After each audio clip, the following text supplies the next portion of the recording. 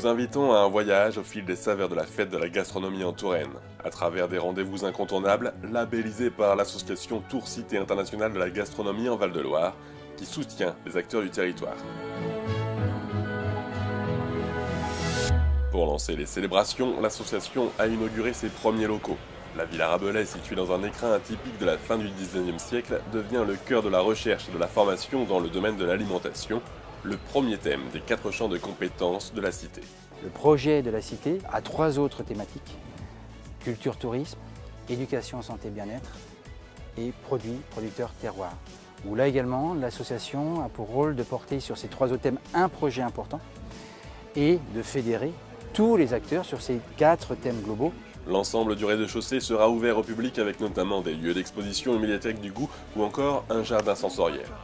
En accord avec un certain nombre de sites touristiques, autour du jardin justement, nous aurons des renvois de visiteurs d'un lieu à l'autre, ce qui fait que la cité se situe résolument aussi dans l'effort touristique de notre territoire.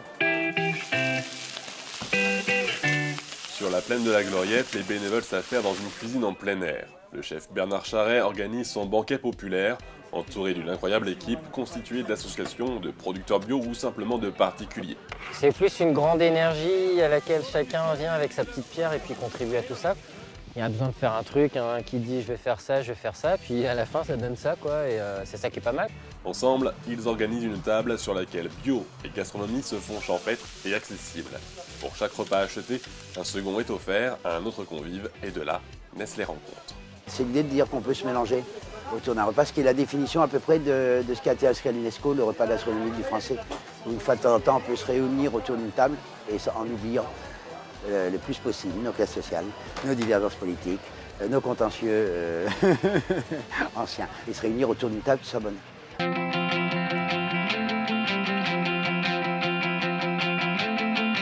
Les Halles de Tours sont le véritable poumon de la cité en termes de gastronomie. Depuis 3 ans, ces commerçants sortent du bâtiment lors de la journée de la gastronomie pour provoquer la rencontre à travers la dégustation de leurs produits.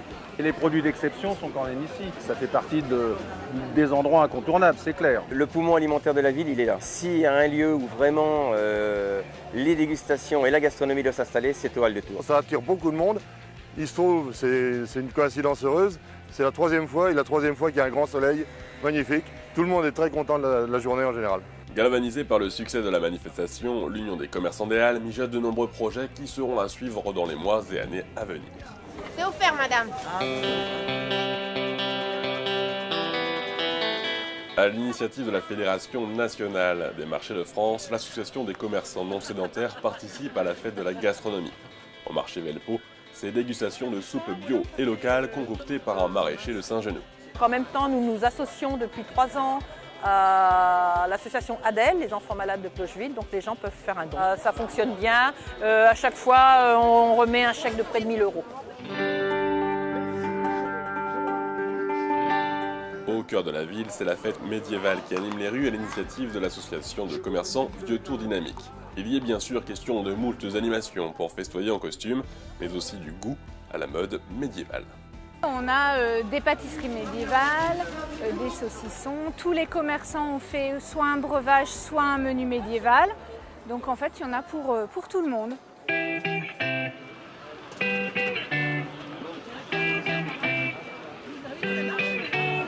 Nous terminons ce voyage au village Convergence Bio avec un visage qui ne vous sera plus inconnu. Bernard Charret est à l'origine de ce rendez-vous devenu incontournable sur les quais de Loire. C'est la 11e édition. À chaque fois, on l'a fait pour une fois. Et puis, il y en a une autre. Le temps d'une journée vit le plus grand marché bio de la Touraine, 70 stands dont une grande majorité de producteurs paysans. Est-ce que c'est les publics qui fabriquent les paysans ou les paysans le public? Je ne sais pas. Mais oui, ça va de pair.